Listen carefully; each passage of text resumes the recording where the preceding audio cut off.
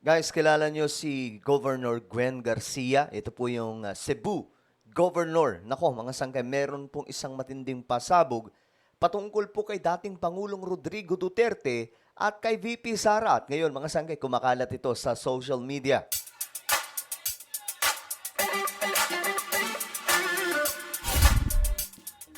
Yo, what's up guys? This is me. I'm back for another vlog today. Kamusta po mga kababayan, mga solid sangkay?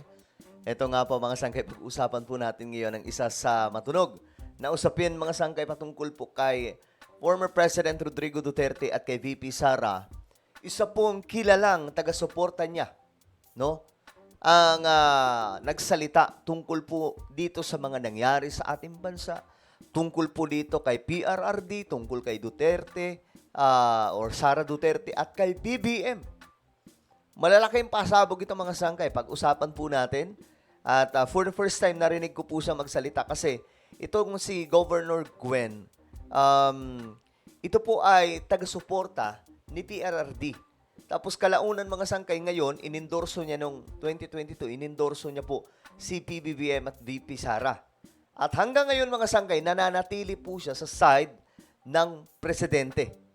Ngayon, natuwa lang ako mga sangkay kasi nga po mayroon po siya dito mga sinabi na kung saan halos ito rin po yung opinion ko eh.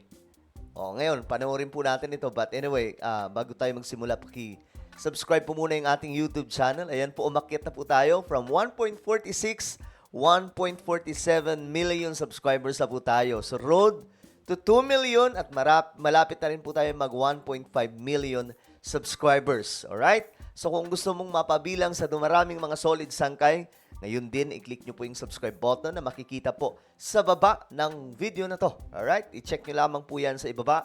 Then, i-click nyo po yung subscribe button, i-click ang bell, at i-click nyo po yung all. Alright? So, ito na nga mga sangkay. Pag-usapan po natin itong nangyari kay FPRRD, VP Sara, kay PBBM, at ito, may pasabog po ang gobernador ng Cebu. Ito yan mga sangkay. Yan. Mayroon po siya ditong sinabi patungkol po kay PRRD. O, panoorin po muna natin mga sangkay, then mamaya-maya, imay-himayin po natin. Alright?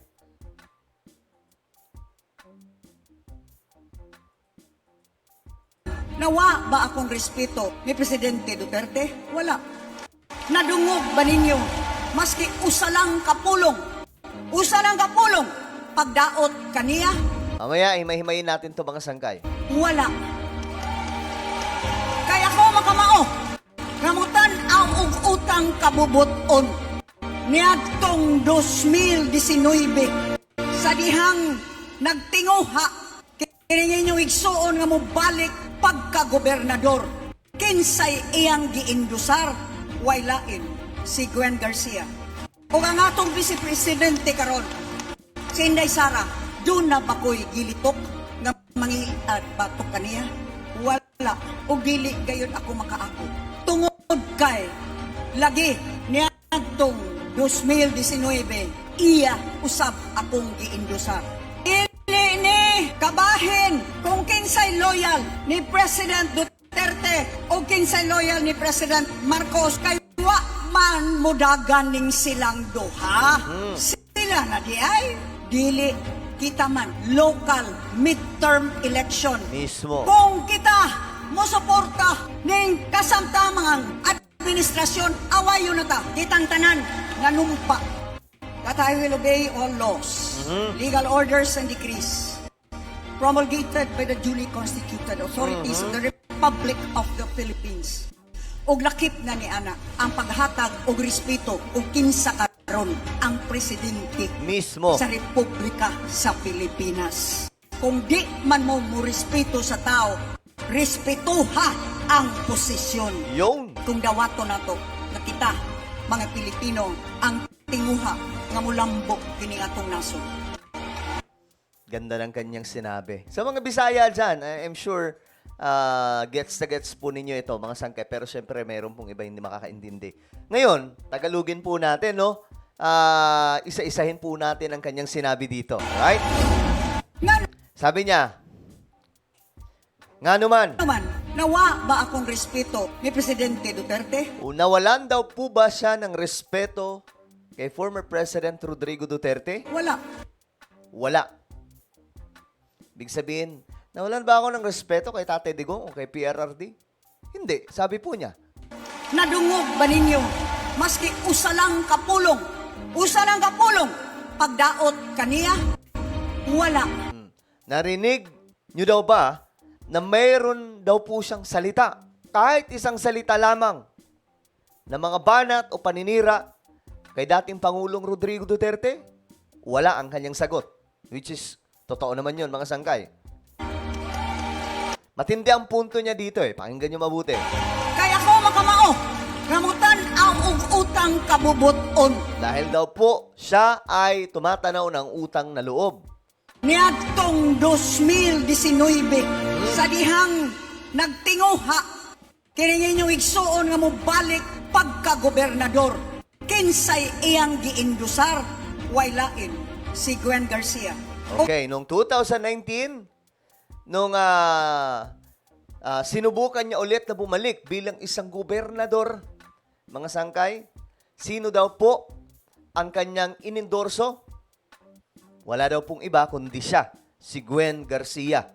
At ito pa, mga sangkay. Ug ang atong Vice Presidente karon, si Inday Sara, Ito na, si VP Sara na, mga sangkay. doon na ba ko'y gilitok nga mangiat batok kaniya? Wala. Ganon din kay Vice President Sara Duterte. Sabi po niya, mayroon ba akong mga banat o paninira kay VP Sara? Sabi po niya, wala. Ug dili gayon ako makaako. Tungod kay lagi niadtong 2019. Okay, ito rin po yung reason, mga sangkay. Dahil noong 2019, Iya usab akong giindusar. siya daw po ay inendorso ni VP Sara. 2019, mga sangkay. Ito ang punto. Ito yung punto, ha. Makinig kayo mabuti, mga sangkay. Ito yung pasabog na po niya. Dili ni kabahin kung kinsay loyal ni President Duterte o kinsay loyal ni President Marcos kay wa man mudagan ning silang duha. O, yan ha. Hindi na daw po ito pinag-uusapan, mga sangkay, kung sino ang loyal kay Tatay Digong o kung sino ang loyal kay Presidente Marcos. Kasi itong dalawa, mga sangkay, wala naman pong tinatakbuhan eh. Which is true, mga sangkay, diba? Si BBM, presidente naman po talaga siya. Hindi po siya tumatakbo. Kailangan na lamang pumatapos ang kanyang termino. Si dating Pangulong Rodrigo Duterte, tumatakbo naman po siyang mayor, diba? Mayor ng Davao. So wala pong paglalaban na nangyayari. Hindi po sila naglalaban sa posisyon ng politika. Ano yun? Ito yung punto, mga sangkay. Sila na di ay dili kita man local midterm election. Sila ba ay naglalaban daw pagdating sa posisyon? I mean, halimbawa na lang, pagka-presidente. Sabi niya, hindi. Sila-sila lang naman daw po ang naglalaban, mga sangkay, dahil nga po sa local midterm election. Kung kita mosuporta ning kasamtamang administrasyon, awayo na ta kitang tanan nga numpa. Sabi po niya, mga sangkay, ha, kung kami ay sumusuporta sa administrasyong ito, inaaway kami. Diba? Nireal talk po niya, mga sangkay. Ganda ng sinabi niya nung una eh. Wala sa mga banat kay VP Sara, kay PRRD, tapos sabay sabi, hindi naman ang naglalaban si BBM at PRRD sa isang posisyon. Sabay sabi po niya, mga sangkay, kapag may itong current administration, sinusuportahan namin, inaaway kami, mga sangkay. Ngayon, ito, kanyang sinabi. That I will obey all laws, legal orders and decrees promulgated by the duly constituted Ito yung sumpa, mga sangkay, o panunumpa sa konstitusyon natin. authorities of the Republic of the Philippines. Og lakip nga ni ana ang paghatag og respeto og kinsa karon ang presidente sa Republika sa Pilipinas. Ayun ang punto, mga sangkay.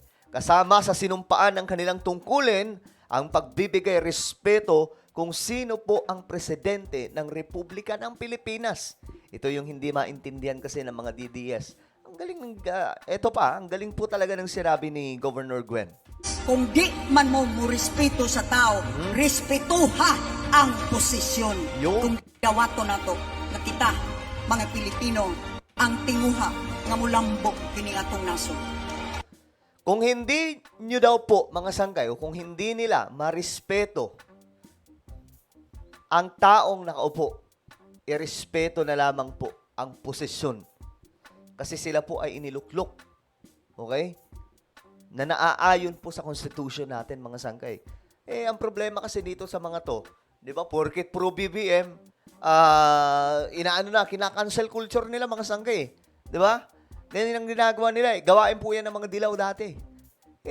Pinaliwanag ni Governor Gwen. Sabi niya, hindi. Kung kami ay sumusuporta sa administrasyong ito, hindi dahil wala kaming respeto kay PRRD o kay VP Sara, kundi ito ang dapat at ito ang tama. Hindi yung tataliwas ka kung sino ang namumuno, di ba? Ganyan yung ginagawa ng iba eh. Marcos resign. Di ba? Kung ano-ano nang sinasabi. Alam nyo, kung hindi nga lang mga sangkay, ito, usapang respeto. Kasi dito pinaringgan po niya eh. Bagamat wala po siyang banat kay la PRRD, pero mga sangkay, meron po siya sinabi dito matindi ang punto. Kung hindi nyo marespeto yung tao, irespeto nyo yung posisyon. Siya ang presidente ng Republika ng Pilipinas. O, diba? Mga sangkay, yun ang nangyari. Yung kampo ni PRRD, banat ng banat kay PBBM, hindi na po nirespeto, mga sangkay. Then, ang palalabasin pa, sila pa yung aping-api. From the start naman, mga sangkay, sila po ang nang-api. Si PBBM nga, hindi nagre-reply, mga sangkay, diba? So, yan po ang pasabog ni Governor Gwen Garcia. Ano po ang inyong opinion? Just comment down below. Meron po tayong YouTube channel, Sangkay Revelation. Dito nag-upload po tayo ng mga video na kapupulutan po ng kaalaman at aral.